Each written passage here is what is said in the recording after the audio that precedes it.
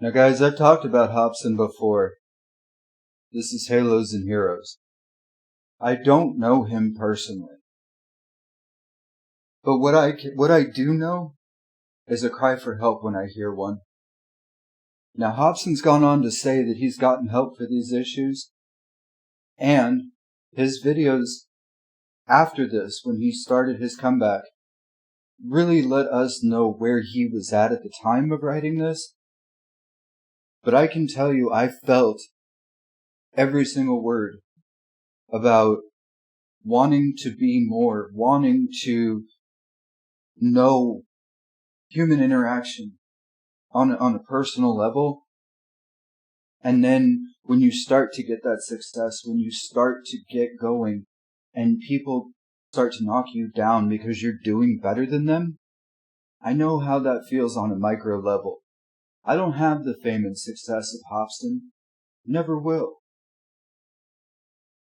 But I love this song right here. That he is so willing to be open about how he feels in the moment with everything that he had already accomplished. And the fact that he would rather not have it than keep living with the mental stress that it causes. This is Hopsin. I don't want it. This will probably be the last song that I come out with for a while. I'm sorry to all my fans.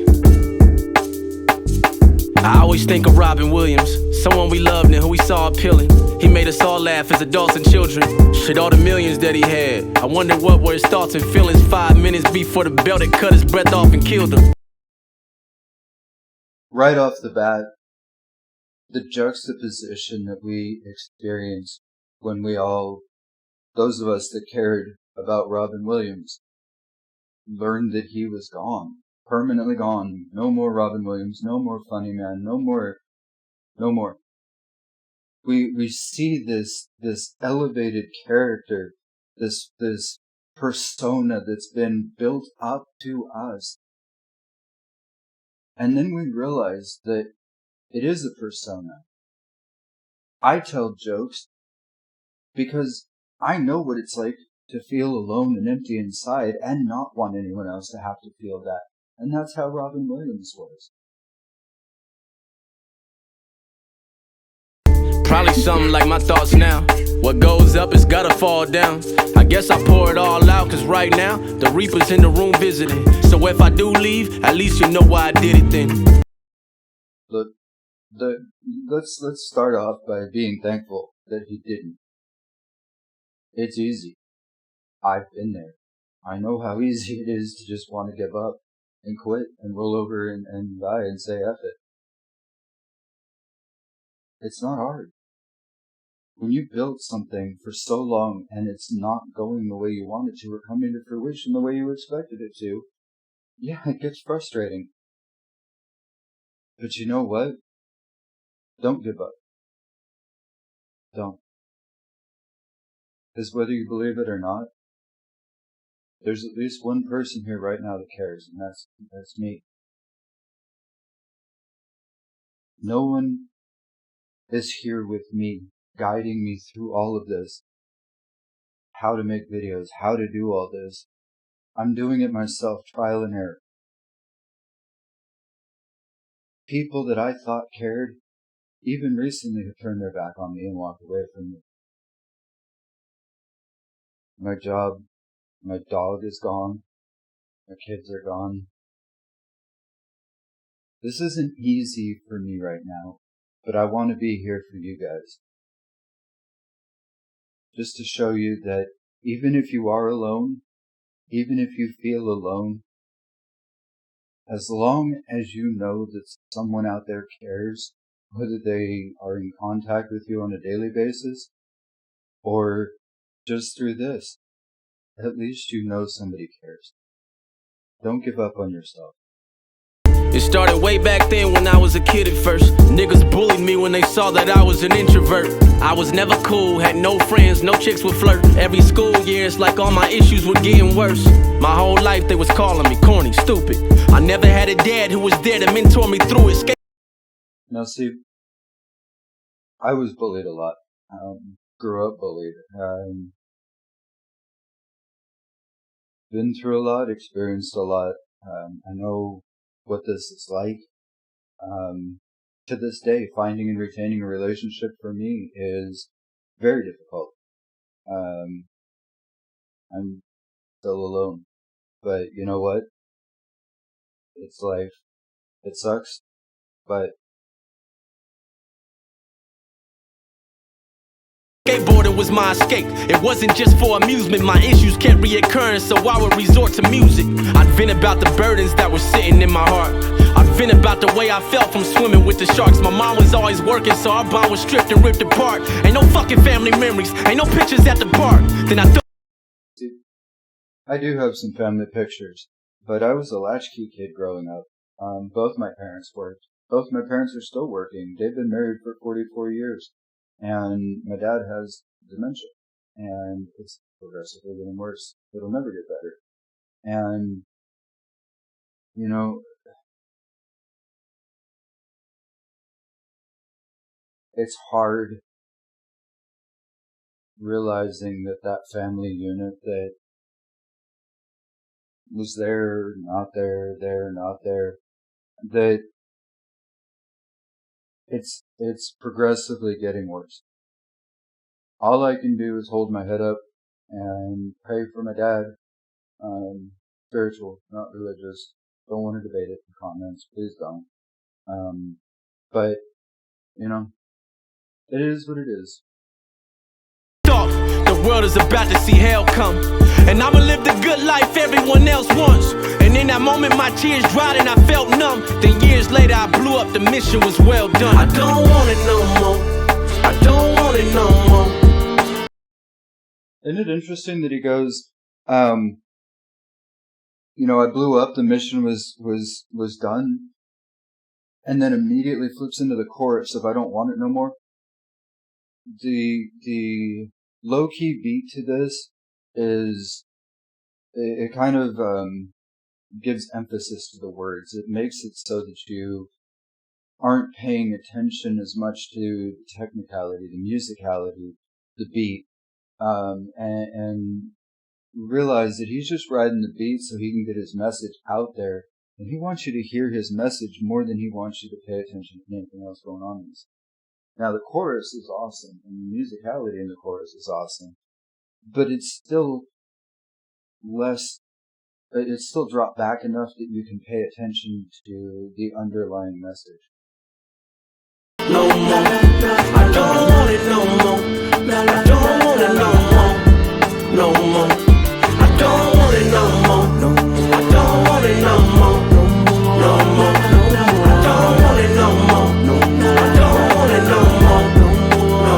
No more. Finally I was famous, people kissing my ass. I knew that I was only here cause it's revenge from my past. It's crazy. I love the ad-lib there. Went from a loser in school who got the worst grades to being praised for all my verses when I dispersed rage. I caught the whip, moved out the ghetto like bye haters. Bought a brand new house with a bunch of white neighbors. Everyone started calling, wanting like 5 favors, and guess what? All of it dealt with spending my paper. And I was nice, I'd give him cash, I'd show sympathy. I gave him some, him and her, I'm just lending cheese. Now I'm just looked at like an ATM machine. If I don't give my friends my money, shit, I'm the enemy. I had about 1 million new best friends that I just met. See, whenever you come into money, whenever people know you have money, even a little bit, the first thing they want is their share of it. Yeah, I hate quotes, but you know, they don't deserve your money just because you make it. They haven't helped you make it. They haven't helped you get there. And I guarantee you the ones that helped you get there, Hopsin, aren't the ones asking you for money, because they understand the struggle. They understand the grind, bro. I understand. If I met you right now, Hopsin, the first thing I would do is shake your hand and congratulate you on surviving through this song into the next phase of your career. I've been a fan of yours since I saw you on Am I a Psycho? And then I just wanted to hear more. And I just want you to know, from a fan to you, not that you'll ever see this, But I respect you a lot, especially for the comeback to Nami and the work that you've put into this industry over the last 20 years. I mean, it's a lot of work, bro. I get it. I know I'm not your bro. I'm sorry. It's just, I'm from California, y'all. Now I'm Texas. God, bro, y'all. I can't figure out where the hell I am. Just me. Someone plotting to build me a deathbed, all because they kept on putting whack songs out that no one's impressed with. So out of jealousy they diss me, you fucking guessed it. At least I had my squad, Jaren, Dizzy, Hopper, Swizz. I knew we stick together, stuck in this chaotic biz. We had it all figured out. Even departing from the label, he still gives the respect to the artist that he came up with. I mean, even after all that happened with his record label, if you want to learn more about what happened with his label, check out Don't Mind a Hopsin I. But, you know, to go through that much, to have that many people turn on you and blame you and still give them credit, I mean, that's humility in its purest form right there. Had a lot to give, it was funk volume for life. Who want a problem, bitch? Then all of a sudden, out of nowhere, we parted ways. 2016, those were some of my darkest days. Ask us all, whose fault was it? Ain't hard to say, but it was due to money and all of our bonds that start to fade. Months later, my girl told me she's pregnant. This was something I never expected. Her and I weren't on good terms at the time. Man, it was hectic. And I was scared if she kept this baby, I might regret it, man. There's a lot of songs that I can reference in regard to him and his girl and the trouble they went through. But probably Ill Mind of Hopsin I is the peak of it all. There were a few songs in and around Ill Mind of Hopsin I. But that one specifically, he references all those other songs. So, again, another plug, but check out Ill Mind of Hopsin I for the record label, 9 for the girlfriend situation. Check out 5 for some of the best call-outs that I've ever seen. Check out 7 for his debate with religion. You know, Ill Mind of Hopsin 4, when he was in his early days and still struggling. And, I mean, Ill Mind of Hopsin 1 was back when he was still on MySpace. MySpace. Do you guys even know what MySpace is? Do you remember? Did you ever have to fight for your top 10 friend spot? Mainly because her and I had a fucking toxic relationship. Last thing we need is a fucking toddler to raising it. Having a baby is great, but not as amazing when you got two parents who always fighting, hollering, breaking shit. Present day, all my people are gone. No real friends, just leeches around eating the crumbs. No family. One last thing I want to say on the baby thing too.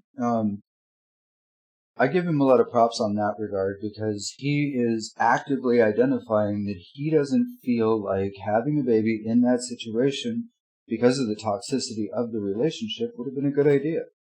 And it's something that people don't take into consideration.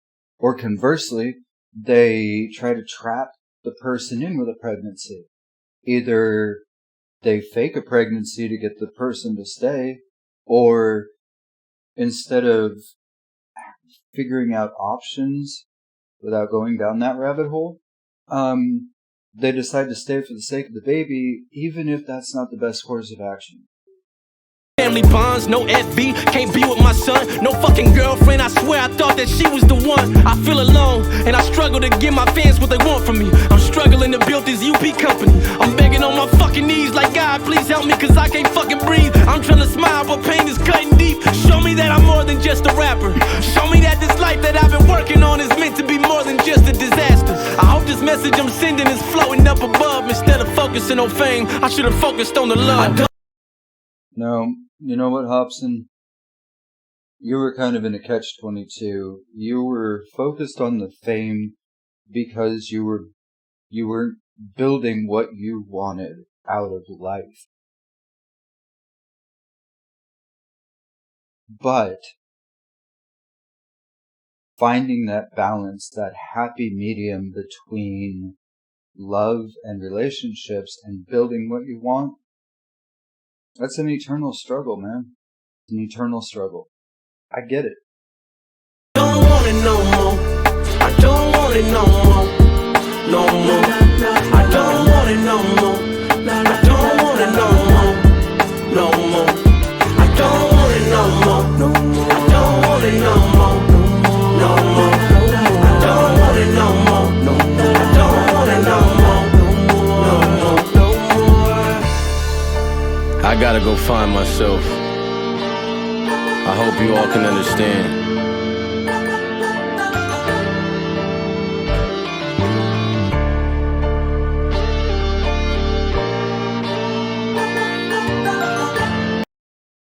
So that goes was Hopsin, I Don't Want It. Ladies and gentlemen, please go give some love to Hopsin. Please. And for me, I love you. I care. You're not alone. We're in this together. Thank you for being here.